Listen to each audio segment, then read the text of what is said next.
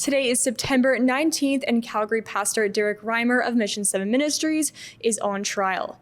Derek Reimer, the pastor of Mission 7, was arrested on March 2nd of this year on mischief and causing a disturbance charges stemming from a protest at a children's drag queen story hour held at Calgary's Seton Library on February 25th.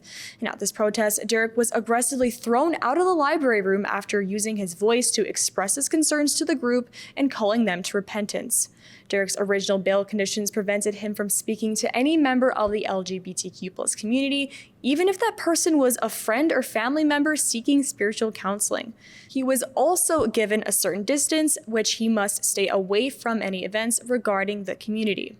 Derek Reimer is a client of the Democracy Fund.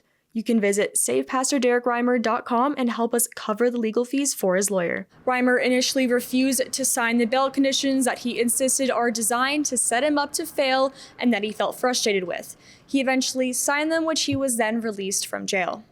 Attempting to protest around those conditions, he had allegedly broken the conditions and was rearrested 2 more times in the spring, later deciding it was time to take a step back to avoid any further arrests. Initially, this was day 1 of a continuous 3-day trial for Derek, but the judge had said that he was not available for those days and presented the option of completing as much as they could and finishing on another date or completely adjourning. After discussion, it was agreed spending as much time as possible for the day was the best option. I spoke with both Derek Reimer's lawyer, Ben Allison, and also with Derek himself. Check it out. Hey everybody, Derek Reimer here, just getting released from the Calgary Remand Center. We got some garbage conditions, which I'm not happy with, but my lawyer, Ben Allison, is going to fight these in court. The trial we had today is about accusations of mischief and causing a disturbance. What are the potential consequences or penalties of the verdict? Well, the outcomes obviously depend on the verdict.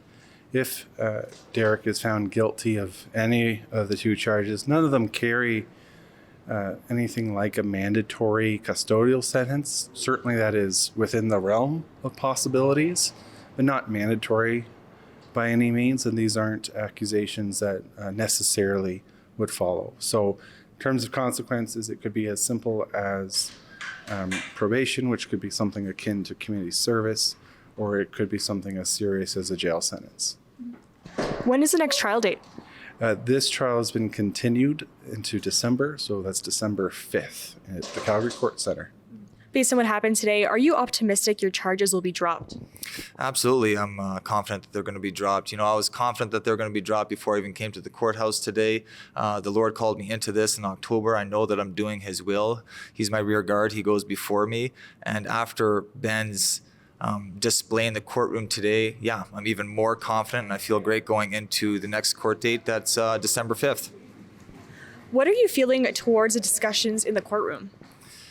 Again, Ben did a phenomenal job today. I'm really proud and happy that I have him representing me as he is dragging out the truth from these individuals that are here trying to distort reality, embellish, and even blatantly lie about events that transpired at Seton Library. And it's being revealed, even trying to deny the events that we saw on the video that was played before the court. So again, Ben is doing great. We are feeling good. And we're just waiting for the victory. And I guess we were hoping that it was going to come this week, but we're just going to wait for that victory December. Are there any additional comments you want to add? I think additional comments I'd like to have is that I don't regret anything that I've done because I'm doing the will of God. And we're going to see how this thing turns out in December. And again, I'm feeling confident. I'm feeling positive. And let the Lord's will be done with this. And just stay tuned to see what happens, guys. Rebel News will be back to cover this case December 5th and 6th, so stay tuned.